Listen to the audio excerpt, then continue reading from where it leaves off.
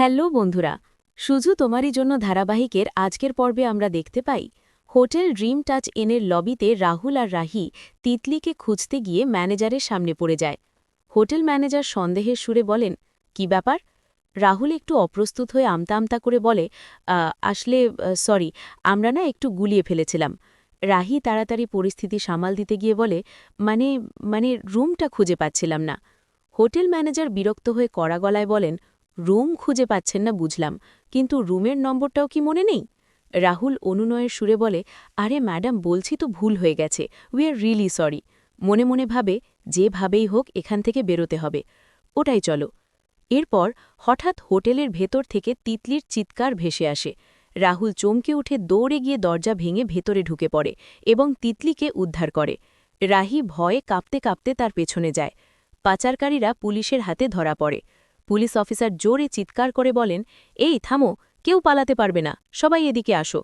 তারপর রাহুল আর রাহির দিকে তাকিয়ে কৃতজ্ঞতার সুরে বলেন, thank you Rahul, thank you Rahi, তোমাদের জন্যই এটা সম্ভব হয়েছে। পরের দৃশ্যে তিতলি ভয়ে কাঁপতে কাঁপতে রাহিকে জড়িয়ে ধরে কাঁদছে। রাহি স্নেহভরে তাকে জড়িয়ে ধরে বলে, আর কোনো ভয় নেই। তিতলি অবাক হয়ে বলে, দিদিভাই, তুই পুলিশে খবর দিয়েছিলি দিদিভাই? রাহি শান্তভাবে বলে, হ্যাঁ, বড় কোনো বিপদ হওয়ার আগেই আমি খবর দিয়ে রেখেছিলাম। তিতলি হঠাৎ রাহির স্মৃতিতে সিঁদুর দেখে আঁতকে উঠে বলে, দিদিভাই, তুই বিয়ে করেছিস তাহলে? রাহি একটু কঠোর কিন্তু ভেতরে কষ্ট চেপে রেখে বলে, তিতলি, আগে বাড়ি চল, সব বলবো। তারপর রাহুলের বাড়িতে সবাই দুশ্চিন্তায় আছে। সুজাতা পায়চারা করতে করতে রাগ আর দুশ্চিন্তা নিয়ে বলেন, এইভাবে কি থাকা যায়? কেউ কি একটু চিন্তা করছো না? সিদ্ধার্থ শান্ত করার চেষ্টা করে বলেন, তুমি এত উত্তেজিত হচ্ছ কেন? আবির হালকা মজা করে বলে, হয়তো ওরা একটু ঘুরতে গেছে। সুজাতার রাগে গলা উঁচু করে বলেন, এইটা তোমাদের কাছে স্বাভাবিক লাগছে?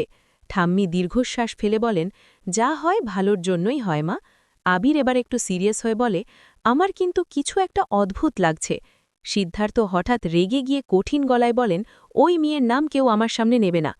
পরের দৃশ্যে রাহুল আর রাহি তিতলিকে নিয়ে তিতলিদের বাড়ির সামনে আসে। রাহি তিতলির হাত শক্ত করে ধরে বলে, তিতলি, আমার কথা শোন। তিতলি অভিমান আর রাগে চিৎকার করে বলে, কেন শুনব? তুইও তো কিছু বলিসনি। রাহি কষ্ট চেপে রেখে বলে, আমি বাধ্য হয়েছিলাম, তোর জন্যই। তিতলি রাহুলের দিকে তাকিয়ে কাঁপা গলায় বলে, না, এটা হতে পারে না, ও তো আমাকে ভালোবাসত। রাহি এবার শাসন করে বলে, তুই বুঝতে পারছিস না তুই কত বড় ভুল করেছিস। এরপর বাড়ির গেটে পৌঁছতেই সিদ্ধার্থ রাগে ফেটে পড়ে চিৎকার করে বলেন, খবরদার, আমার সামনে আসবে না। রাহি কাঁদো কাঁদো গলায় বলে, বাবা, ভেতরে চলো। সিদ্ধার্থ কঠোরভাবে বলেন, না, আজ থেকে আমার তিতলি বলে কেউ নেই। সুজাতা কাঁদতে কাঁদতে বলেন, এভাবে বলো না। সিদ্ধার্থ অপমানে জ্বলে উঠে বলেন, ও আমাদের মুখ পুড়িয়ে দিয়েছে। তিতলি কাঁদতে কাঁদতে বলে, আমি তো শুধু বিদেশ যেতে চেয়েছিলাম। সিদ্ধার্থ রাগে বর্জে উঠে বলেন, চুপ, বেরিয়ে যা। তারপর রাহি উপায় না দেখে তিতলিকে নিয়ে একটি লেডিজ হোস্টেলে যায়। রাহি বিনয়ের সাথে বলে, ম্যাডাম, আমি পেমেন্ট করে দিয়েছি। স্নিগ্ধা ম্যাডাম মৃদু হেসে বলেন, ঠিক আছে, কোনো সমস্যা হবে না। রাহি একটু চিন্তিত গলায় বলে, ও ড্রাই ফ্রুটস খায়, একটু খেয়াল রাখবেন। স্নিগ্ধা ম্যাডাম মুগ্ধ হয়ে মনে মনে ভাবেন, মেয়েটা সত্যিই আলাদা। তারপর বলেন, তুমি একদম চিন্তা করো না। শেষ সিনে হোস্টেলের ছোট ঘরে তিতলি বিরক্ত হয়ে বসে আছে। তিতলি মুখ গোমরা করে বলে, আমি এখানে থাকতে পারবো না দিদিভাই। রাহি ধৈর্য ধরে কিন্তু দৃঢ় গলায় বলে, তিতলি, আগে নিজেকে সামলাতে শেখ।